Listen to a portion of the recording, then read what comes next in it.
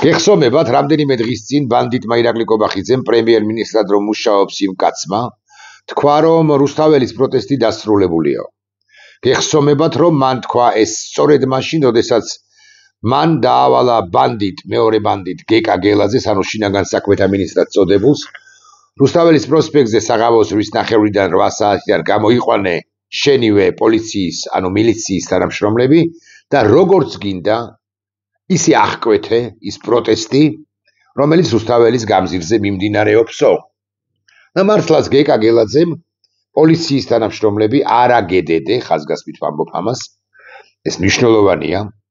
არამედ პოლიციის, მოდი ასე ვიტყვი, რიგითი, მაგრამ მეორე მხრივ გავეშებული თანამშრომლები, უმრავლეს შემთხვევაში მილიციის თანამშრომლები, გამოიყვანა პერიმეტრზე ჩადგნენ ისინი როგორც პარლამენტის მიმდებარე ტერიტორიაზე, ისე გადაღმა, ხატვის სახლი რო იყო და ახლა რომ რა ჰქვია იმას სიმართლე გითხრათ არ ვიცი. ასევე ქაშვეთთან ჭიჭინაძის ქუჩის კუთხეში, პირველ სკოლასთან, ჩიტაძის ქუჩის კუთხეში, სხვაგან და სხვაგან ჩადგა რამდენიმე ასეული და როგორც კი დემონსტრანტებს ნახევარნაბიჯზე ბევრად ნაკლებით წაუცდებოდათ ხოლმე ფეხი გზის სავალ ნაწილზე, მყისიერად მივარდებოდა ხოლმე ერთი ათეული და ძალით გაათრევდა და შეათრევდა ხოლმე დაკავების ავტომობილებში, პოლიციის ავტომობილებში. მაგრამ ამგვარი ფორმით, ან ამგვარი მიზეზით დაკავების გარდა სხვა შემთხვევებიც დაფიქსირდა იმ დღეს. აი ასე მაგალითად ლიკა ბასილაია შავგულიძისა, რომელიც მას შესძახა ერთი-ორჯერ მძიმედ მოსასმენი მათთვის, რასაკვირველია, მაგრამ ამავდროულად სამართლიანი სიტყვა და ერთ-ერთი გავეშებული, ღმერთმა უწყის რითი გამოკვებილი თუ გამოჭყეპილი, მივარდა, მერე სხვების მიესიენ, ერთი ათეული თუ თმეტი არა, პოლიციად წოდებული მილიციის წარმომადგენლები მიესიენ, მივარდნენ ლიკას და გაიტაცეს საზოგადოებრივ მაუწყებელს, უსვინდისო ვასილ მაღლაფერიძის და უსვინდისო გიორგი გვიმრაძის და სხვა უსვინდისოების კანტორას სიტყვაც კი პრაქტიკულად არ დაუძრავს სამეურვეო თუ სამეთვალყურეო საბჭოს წევრ ლიკა ბასილაია შავგულიძეზე. არაფერი უთქვამს პრაქტიკულად, მხოლოდ ფაქტად აღნიშნეს და გაატარეს ყურადღება არ მიაქციეს. ამიტომაც არის ვერდიქტი, რომელსაც გამოიტანს ქართული საზოგადოება კონკრეტული პირების წინააღმდეგაც, მიმართაც იქნება ეს ვერდიქტი უმძიმესი, რომ კრიტიკულ მომენტში ადამიანობა როგორც ასეთი ამ მიზეზით კრიტიკულ მომენტებში ადამიანობა დაკარგეს და პარტიულ ადამიანებად, პარტიულ ცხოველებად იქცდა. არა, ცხადია, მე ვასილ მაღლაფერიძეზე და სხვებზე არ ვისაუბრებ, მე მაქვს ეჭვი, რომ ისინი დამოუკიდებელი პირები არც არიან, ისინი გამოჭერილი ჰყავს ყველაზე უკეთეს შემთხვევაში ქართულ სუსად წოდებულ ორგანიზაციას, ანუ მდინარაძის ორგანიზაციას, სტრუქტურას და ყველაზე უარეს შემთხვევაში მათთვის საერთოდაც FSB-ს, ანუ მოსკოვს, ანუ კრემლს, ანუ იმპერიას. მაგრამ ეს კვლავ ვიმეორებ, კიდევ ერთხელ ვიტყვი, მეორე ხარისხოვანია. ლიკა ბასილაია შავგულიძის ამბის გარდა იქ სხვა ამბებიც მოხდა. სხვა არანაკლებ მნიშვნელოვანი ამბები. შევარდებოდნენ ხოლმე შუაგულ დემონსტრანტებში ეს გავეშებული პოლიციელები, მილიციელები რეალურად, გაიტაცებდნენ ხოლმე ერთ დემონსტრანტს და ჩემს თვალწინ ლაივი მქონდა იმ დღეს 5 თუ 6 ჩემს კადრში მოხდა, 5 თუ 6 ადამიანი ჩასტენეს ავტომობილებში. დედა მიყვარხარ, დედა არ ინერვიულო, შეძახა ერთმა და მეორემ კი სხვა სიტყვა. ეს სიტყვები ჩაიკარგა თითქოს ამ ამბავში, იმიტომ რომ უფრო მნიშვნელოვანი ამბების მოხდა და სიტყვები წარმოთქვეს ადამიანებმა. მაგრამ ეს შეძახილებიც ძალიან მნიშვნელოვანია მეორე მხრივ თუ დავუკვირდებით მათ. დედა მიყვარხარ, ეს არა მხოლოდ დედის გამხნევებაა, არამედ საზოგადოებისაც, რომ მე ის კონკრეტული არც ვიცი სახელი და გვარი ახალგაზრდა კაცი არ ეპუება ამ ყველაფერს. ირაკლი კობახიძემ კი აკიგით ხარით ბრძანა ის რაც ბრძანა, თქვა ის რაც თქვა. რუსთაველის პროტესტი დასრულებულია და მან ვერ გაიგო, მას ვერ გაუგია, რომ რუსთაველის პროტესტი დასრულებულად ჩაითვლება მხოლოდ მაშინ, როცა ის ბუნებრივად დასრულდება, არა მაშინ, როდესაც ასეულები პოლიციად წოდებული მილიციისა გამოვლენ და ძალით აღკვეთენ პროტესტს. ძალით არ გადააკეტინებენ რუსთაველის გამზირს 50 თუ 70 მოქალაქეს. არამედ მაშინ, როცა ხალხი ბუნებრივად მიილევა, ბუნებრივად არ გავა რუსთაველის გამზირზე. როცა ეს აკაცუკებად წოდებულები და რეალურად კი საქართველოს პატრიოტები, თავისუფლების მცველები, თავისუფლების მოყვარულები და მცველები ამჯობინებენ დარჩენას სახლებში. და ასეთი რამ როგორც ჩანს არც არასოდეს მოხდება პრინციპში, ეჭვი არც არასოდეს მეპარებოდა იმაში, რომ საზოგადოების ერთი და საკმაოდ მსუყე, საკმაოდ ძლიერი, საკმაოდ ხალხმრავალი ნაწილი, საკმაოდ დიდი ნაწილი ქუჩაში იდგებოდა ყოველთვის. ბელარუსად ვერ ვიქცევით, ამას თუ ამბობს 500 კაცი თუნდაც ყოველ დღე მოსიარული რუსთაველის გამზირზე, გამოდის რომ ბელარუსად ჩვენ ვერ ვიქცევით, იმიტომ რომ ბელარუსში 5 კაციც კი არ აღმოჩნდა ბოლოს იმგვარი, რომელიც ამას იტყოდა. და ამიტომ იქცა დამატებით ბელარუსად ბელარუსი ლუკაშენკას სახელმწიფოდ. მხოლოდ ლუკაშენკას სახელმწიფოდ. საქართველოში მხოლოდ ბიზნეს თუ კობახიძის სახელმწიფოდ საქართველო ვერ იქცევა სწორედ იმიტომ, რომ 500 კი არა, 5000 კი არა, 50000 კი არა, 500000-იც კი არა. გაცილებით მეტი მოქალაქე ამბობს იმას, რომ ჩვენ არ დავემონებით არც კონკრეტულ ბიზნა ივანიშვილს და არც მის ნაჩალნიკებს მოსკოვში, რომლებიც დარწმუნებული ვარ ყოველდღიურად ჰკარნახობენ თუ კობახიძეს თუ პაპუაშვილს თუ დინარაძეს და თვით ივანიშვილსაც კი რა უნდა გააკეთოს ამ უკანასკნელმა ან რა უნდა გააკეთონ ამ ბანდიტებმა. ამიტომ ამას ის სიგრძეგანებს რა ინდივიდი, ის სიგრძეგანებს რა მოქალაქე, ის სიგრძეგანებს რა საზოგადოება, ის მაქსიმალურად და შეძლების დაგვარად უპირისპირდება, შეუპირისპირდება ხოლმე ამ ბანდა ხელისუფლებას და მე მესმის, რომ ყოველი ახალი მცდელობისას, რევოლუციისა, დამხობისა თუ გადატრიალებისა, ეს ბანდა ხელისუფლება უპირისპირებს, შეუპირისპირებს ამ მოქალაქეებს წიწაკის სპრეის თუ იმგვარ მომწავლავ ნივთიერებებს, რომლებსაც წინაშეც უბრალოდ განიარაღებული ხარ, რომლებსაც უბრალოდ ვერ გაუძლებ, იმიტომ რომ ეს ბუნებრივი ამბავია, ხოროსაც წიწაკის სპრეის თვალებს რო გიწვავს, იმას ვერ შეუპირისპირდები. ვიდრე შიგნიდან არ გატყდება ციხე, შეიძლება ამგვარი რევოლუცია ვერ შედგეს, ამას ყველა ვაღიარებთ, ეს ფაქტია. მაგრამ ამავდროულად შიგნიდან გატყდება თუ არ გატყდება ციხე, ამისგან დამოუკიდებლად საზოგადოება გამოდის და არ ჩერდება და გუშინწინდელი დღე, როცა მოქალაქეებმა არ გადაკეტეს. ან თუ გნებავთ ესე ვიტყვი, ვერ გადაკეტეს რუსთაველის გამზირი და გუშინდელი დღე, როცა მოქალაქეებმა მაინც გადაკეტეს რუსთაველის გამზირი, იმიტომ რომ გეკა გელაძეს არ მიუღია ბრძანება პერიმეტრზე პოლიციელების ჩაყენებისა და დემონსტრანტების არ გადაშვების თაობაზე და მაინც გადაკეტეს აქედან გამომდინარე მოქალაქეებმა და წავლენ შესაბამისად 5-7 თუ 10 ადმინისტრაციულ ჯარიმაზე, მადასტურებელია ეს 2 დღე, რომ მოქალაქეები არ გაჩერდებიან, ძალითაც კი ძალაც რომ შეუპირისპიროს უკანონო ძალა რასაკვირველია კობახიძის ბანდამ, ანუ ივანიშვილის ბანდამ. აი ეს ყველაფერი რაღა იგვესმის და კობახიძე კიდევ ერთხელ აღმოჩნდა რომ ტყუანია და კიდევ ერთხელ აღმოჩნდა რომ კობახიძის მიერ გაკეთებული ანალიზი მცდარია და კიდევ ერთხელ აღმოჩნდა რომ კობახიძის მიერ გაკეთებული ანალიზი რუსულია. აქედან გამომდინარე ისევ და ისევ არ ვიღლებით, მოწოდებით ჩვენივე თანამოქალაქეების, თანამემამულეების მისამართით, რომ ხალხო გამოდით, იმიტომ რომ 500 კაციც კი ყოფნის ამათ ანერვიულებას, მაგრამ უმჯობესია რომ იყოს 750, უმჯობესია რომ იყოს 1750 თუ 2980 ყოველდღიურად.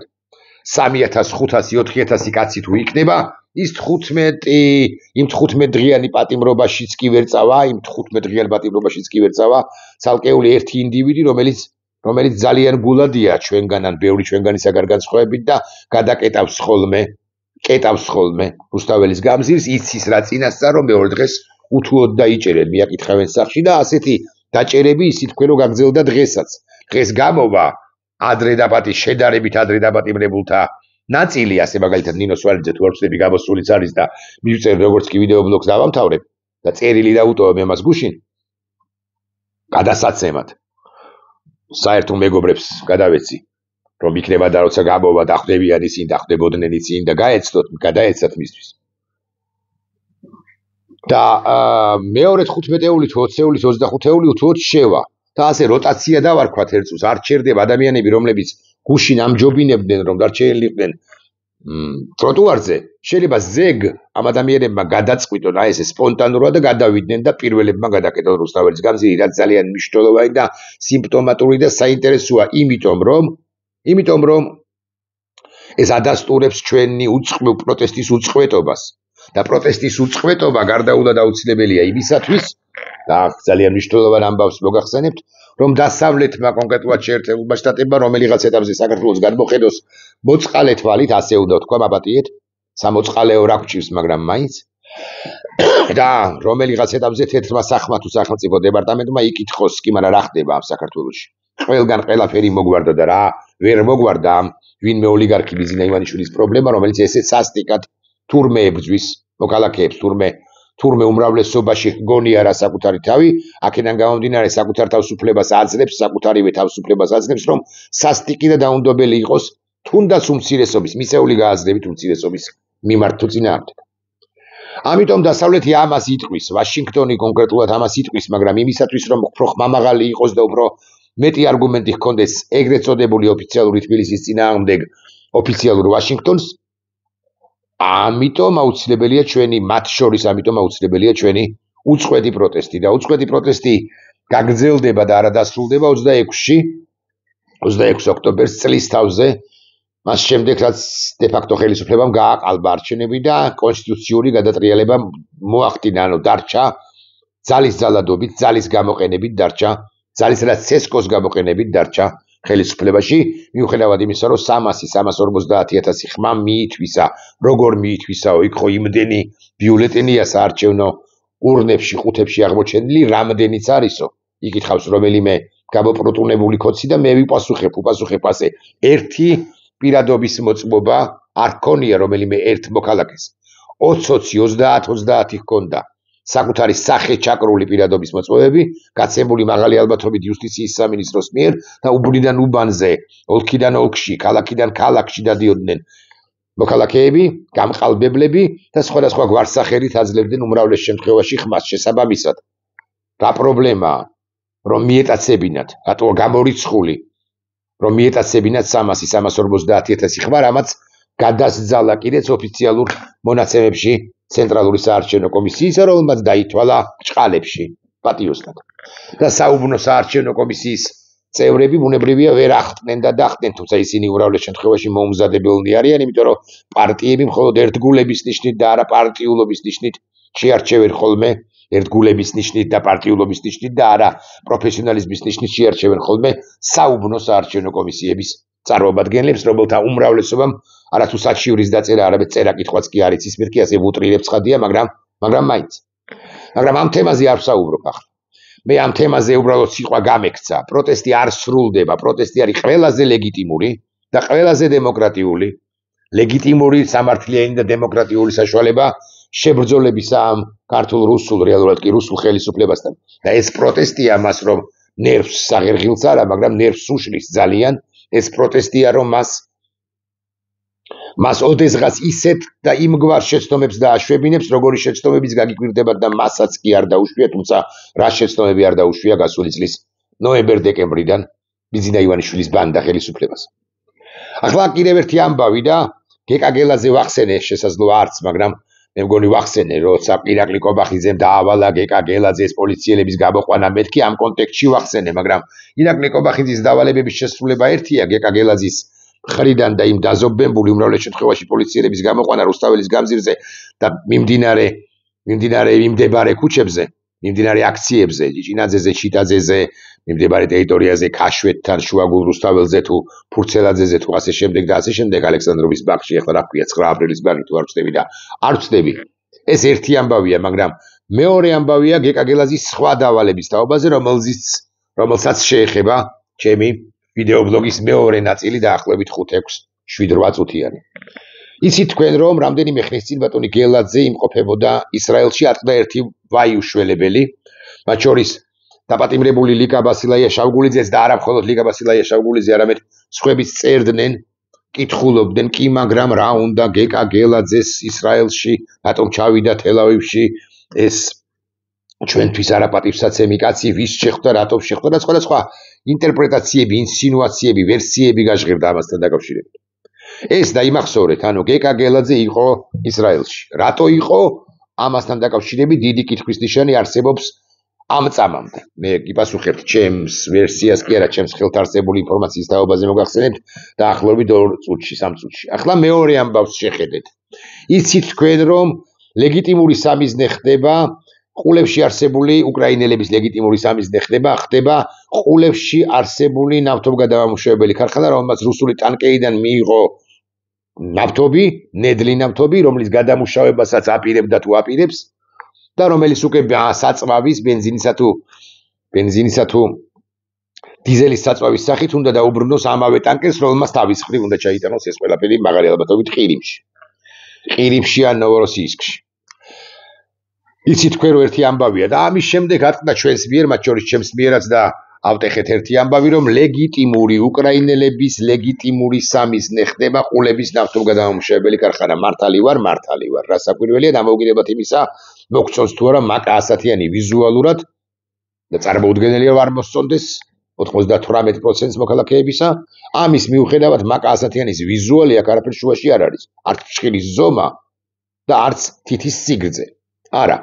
მაკა ასათიანის და მისი ქმრის, მისი მეუღლის მიერ დაფუძნებული 100 მილიონი დოლარი როა განხორციელებელი უკვე ის ნავთობგადამამუშავებელი ინვესტიცია როა განხორციელებული ის ნავთობგადამამუშავებელი ქარხანა ლეგიტიმური სამიზნე ხდება იმიტომ, რომ უკრაინელები ყველგან ებრძვიან რუსულ ნავთობს, რომლითაც მარაგდება რუსული მძიმე ტექნიკა და ავიაცია, ასევე ჩვეულებრივი ავტომობილები, თუ გნებავთ ასე ვიტყვი, ამ პირობებში მით უმეტეს, როცა დეფიციტია მთელ რუსეთში საწვავისა და ამით მარაგდება რუსული საომარი მანქანა, რუსული ომის მანქანა. გვინდა ეს თუ არ გვინდა, უწყობს თუ არა ხელს ლამაზი თუ უშნო, ჭკვიანი თუ უჭკუო, ფულზე დახარბებული თუ ფულზე დაუხარბებელი პირი ეს მეხუთე ხარისხოვანია ისევე როგორც მეორე, არა მეხუთე, მაგრამ მეორე ხარისხოვანია ნავთობი თვითონ ნედლი, იყო თუ არა დასანქცირებული ან ტანკერი არის თუ არა წარმოადგენს თუ არა რუსეთის შავ ფლოტს, ჩრდილოვან ფლოტს. არ მაინტერესებს პერსონალურად მე, თუმცა სხვება გაამახვილეს ამაზე ყურადღება და შესაძლოა გარკვეულწილად მართლებიც არიან, მაგრამ მე ეს არ მაინტერესებს. ჩემთვის მნიშვნელოვანია რომ როდესაც გავიდა აქედან საწვავი ბენზინის სახით, ჩაისხა თუ არა ის თუნდაც ჟიგულიში. და იმ ჟიგულის მგზავრი მიდის თუ არა რაღაც პატარა გადაწყვეტილების მისაღებად, რომლის შედეგაც პატარა დავარქვი კი ასეა, მაგრამ რომლის შედეგადაც შეიძლება ერთი ბავშვი მოკვდეს უკრაინაში. აქედან გამომდინარე ყველაფერი, რასაც თუ გაუკეთებს შესაძლოდ ბუდანოვი იქნება თუ მალიუკი, მაკა ასათიანი ლამაზმანის და მისი მეუღლის ნავთობგადამამუშავებელ ქარხანას ყულებში იქნება ლეგიტიმური და სწორი. ესეც ხომ და იმახსოვრეთ. ანუ ორი ამბავი გვაქვს, ერთი ამბავი გვაქვს ბიზინა ივანიშვილის გელაძის ჩასვლა ისრაელში და მეორე ამბავი გვაქვს ეს უკრაინელთა ლეგიტიმური სამიზნე. და მესამე ამბავი, რაზეც ვილაპარაკე პირველი 12 თუ 13 თუ 14 წუთი, ამბავი იმის თაობაზე, რომ პროტესტი არ წყდება ჩვენს სივრცეში. ეს მნიშვნელოვანი და თავდახურული ამბავია. თავი დავხურეთ. ახლა დაუბრუნდეთ ისევ გელაძის და ვიკითხოთ, რატომ ჩავიდა თქვენი ინფორმაციით, არა გაქვთ ინფორმაცია მესმის, მეს არ მქონდა ინფორმაცია, მაგრამ ჩემს ხელთ არსებული ინფორმაციით ბატონი გელაძე ისრაელში იმყოფებოდა იმისთვის, რომ შესაბამის მხარეებს და კერძო სტრუქტურებსაც მათ შორის, მაგრამ კერძო სტრუქტურები გადაწყვეტილებას ვერ მიიღებენ ასე. შესაბამის მხარესთან ესაუბრა, ნახეთ, დრონების ხაზს უსვავ, დრონებისაგან თავდაცვითი სისტემის საქართველოსთვის გადმოცემაზე. რატომ დაავალა არა კობახიძემ, არა ბიზინა ივანიშვილმა ეს დავალება რატომ მისცა გელაძეს? შენ დაელაპარაკე ებრაელებსო, მე გადავიხდი თანხასო, ოღონდ ჩამოიტანეთ სისტემები, გაამართეთ მე ეს სისტემები, რომ აქ თუ დრონის შემოფრინდება ამ დრონისაგან თავდაცვის სისტემა, სივრცე, როგორ არის, ჰაერსაწინააღმდეგო სისტემა იყოს შექმნილი ჩემს თავზეო, საქართველოს თავზეო, თუ გნებავთ თავდაპირველად ესე ვიტყვი, რატომ გადაწყვიტა ბიზინა ივანიშვილმა ეს? რატომ მიიღო ეს გადაწყვეტილება? ხო და ჩემს ხელთ არსებული ინფორმაციით ბიზინა ივანიშვილი არ აპირებს ასე მაგალითად პარლამენტის, ასე მაგალითად მთავრობის, ასე მაგალითად საგარეო უწყების, ასე მაგალითად ეროვნული ბანკის, ასე მაგალითად საცავის, ასე მაგალითად რომელიმე სხვა სახელმწიფო უწყების, თავდაცვის უწყების, შინაგან საქმეთა უწყების ან რამის, მსგავსის. ან რომელიმე სტრატეგიული ობიექტის, ენგურხესის თუ რომელიმე სხვა ობიექტის დაცვას. თუ ამ სისტემებს შემოატანინებს გელაძეს, ანუ გელაძე მოელაპარაკებოდა, ოღონდ ვერ მოელაპარაკა, მოელაპარაკებოდა ისრაელის მხარეს, ამგვარი თავდაცვითი სისტემების ჩამოტანისა და გამართვის თაობაზე ბიზნე ივანიშვილს ჩემს ხელთ არსებული ინფორმაციით სურდა და ეხლა სურს, რომ ეს სისტემები გამართოს საკუთრების ზოგიერთი საკუთრების თავზე, ზოგიერთ საკუთრებაზე, ასე ვიტყვი. ეს არის პირველ ყოვლისა ჭორბილას ყველა შორის რამდენადაც ვიცი არც არის ამ სიაში. ეს არის პირველ ყოვლისა თბილისის ეგრეთ წოდებული ბიზნეს ცენტრი, სადაც ის ცხოვრობს ხანდახან მაინც. ეს არის სადაც უმეტეს პერიოდში ცხოვრობს, ეს არის აბას თუმანი და მისი მთებში ჩაზირული, ტყეში ჩაზირული, ჩაფლული სახლი კი არა, სასახლე. ეს არის შეკვეთილი, სადაც ის ატარებს ხოლმე ზაფხულობით დროს ოჯახთან ერთად და არა მხოლოდ ოჯახთან ერთად, თუმცა უმრავლეს შემთხვევაში სწორედ ოჯახის წევრებთან ურთიერთობს და არა მოსამსახურებთან, სხვა ურთიერთობს, არა სტუმრებთან. ეს არის შეკვეთილი და მიმდებარე ტერიტორია, მათ შორის დენდროლოგიური პარკი. თბილისი, აბასთუმანი, შეკვეთილი და 1-2 ბიზნეს სტრუქტურა, მათ შორის არ გამორიცხავრო ქართულ ჯგუფი, ქართულ ბანკიც კი და საცავები, რომლებშიც მას ჩატანილი აქვს თავისი უძრავი თუ მოძრავი კონების ნიმუშები, მათ შორის საქართველოში შემოტანილი პიკასო, მონე, მანე და კიდე რამდენიმე ცნობილი იმპრესიონისტი, ან პოსტიმპრესიონისტი, ან უკვე შემდგომი პერიოდის დიდი თუ საშუალო ხარისხის, მაგრამ ძვირად ღირებული ხელოვანების ნამუშევრები. და აქვს რამდენადაც ვიცი, არა მარტო მე-20 საუკუნისა, არამედ 19 საუკუნისა, არამედ ცოტა უფრო ადრინდელი პერიოდის ნამუშევრებიც მას აღორძინების პერიოდიდან, თუმცა არა ეხლა განსაკუთრებულები, მაგრამ მაინც. ხო, ეხლა მე გეკითხებით, ამიტომ იყო თუ არა ჩემს ჩასული ბატონი გელაძე იქ. ჩემს ხელთ არსებული ინფორმაციით, ბატონი გელაძე სწორედ ამაზე ელაპარაკებოდა ისრაელის მხარეს. მთავრობას. ეს არ არის მოსადი, ოღონდ ხაზგასმით მინდა აღვნიშნო, არავითარ შემთხვევაში. ეს არის რაღაცა ისრაელის რაღაცა ოფიციალური სტრუქტურები. ახლა ჩემს ხელთ ასევე არსებული ინფორმაციით ესე მარტივად გადაცემა ამ ეგრეთ წოდებული აირსაწინააღმდეგო ან დრონსაწინააღმდეგო სისტემებისა, ესე მარტივად გადაცემა არ ხდება, რა გინდა რა თანხა არ გადაიხადოს ბიზნეს ივანიშვილმა საკუთარი ჯიბიდან, ანუ რა გინდა რა თანხას ჯიბეზე არ გაიკრას თან ხელი. ხო, ანუ ასე მარტივად არ მისცემენ. თუმცა ბატონ გელაძეს აქვს რაღაც ეს მოლოდინი, ბატონ ივანიშვილსაც აქვს მოლოდინი, რომ იქნება ადრე თუ გვიან გადმოსცემენ ამ სისტემებს და რაში სჭირდება. მე გეკითხებით, თუ ის არელის გარკვეულ საფრთხეებს თუ არ გრძნობს, ის ალბათ უფრო ასე უნდა თქვა, არაკეთილ მოსურდეთ, მისთვის არაკეთილ მოსურდეთაგან პარანოიდ და ავადებულ ბიზნე ივანიშვილს სულ უფრო უმზაფდება ფიქრი იმის თაობაზე, რომ მას მრავალწერტილი დავსვათ აქ და მოკლავენ. მრავალწერტილის შემდეგ ეს სიტყვა უნდა წარმოვთქვათ სწორედაც, რომ პარანოიდ და ავადებულ ბიზნე ივანიშვილს სულ გონია, რომ მას დაზდევენ. ოღონდ არამს არ აქცევს ყურადღებას იმას, რომ მას მართლაც დაზდევენ, ოღონდ დაზდევენ არასწორი სიტყვა, აკონტროლებენ ოღონდ რუსები, რომლების პერიმეტრზე დადიან და ჭოგრიტით, დურბინით თუ უშუალოდ აკვირდებიან პირს, რომელიც აბასთუმნის უღრანებში გადაადგილდება და შეთქმულების თეორიებს თხზავს, მერე თვითონვე იჯერებს, ათხზვევინებენ კიდეც, მერე აჯერებენ კიდეც ამ თეორიებში, მერე უღვივებენ ამ თეორიებს, უასკეცებენ, უათასკეცებენ და მერე ამაზე აწყობს თავის პოლიტიკას, საკადრო გადაწყვეტილებებსაც და არა მხოლოდ. პარანოიდ და ავადებულ ბიზნე ივანიშვილს შეიძლება მართლაც შეექმნას მსგავსი პრობლემები. შესაბამისად, თუ ეს ასია და თუ ეს ანალიზი სწორია, და ეს ანალიზი იყო ხაზგასმით ვამბობ და არა ფაქტი, მე არ მაქვს ინფორმაცია ცხადია ამ ფაქტის თაობაზე, შესაბამისად სავსებით რელევანტურია სურვილი, რომ მისი აბასთუმნის პირობითად და სხვა სახლების თავზეც იყოს რაღაცა სისტემები დამონტაჟებული, მაგრამ ბიზნე ივანიშვილმა არ იცის, რომ ამ გადაწყვეტილებას თუ მიიღებენ ამ გადაწყვეტილებას, მას ვერანაირი სისტემა მას ვერ უშველის. თუმცა ამ თავითვე მინდა ვუთხრა მას, დავავშვიდო, ცოტა გამეღიმება კიდეც ისე, ეს გადაწყვეტილება მიღებული დასავლეთში ჯერჯერობით არ არის, უშუალოდ მასთან დაკავშირებით არ არის.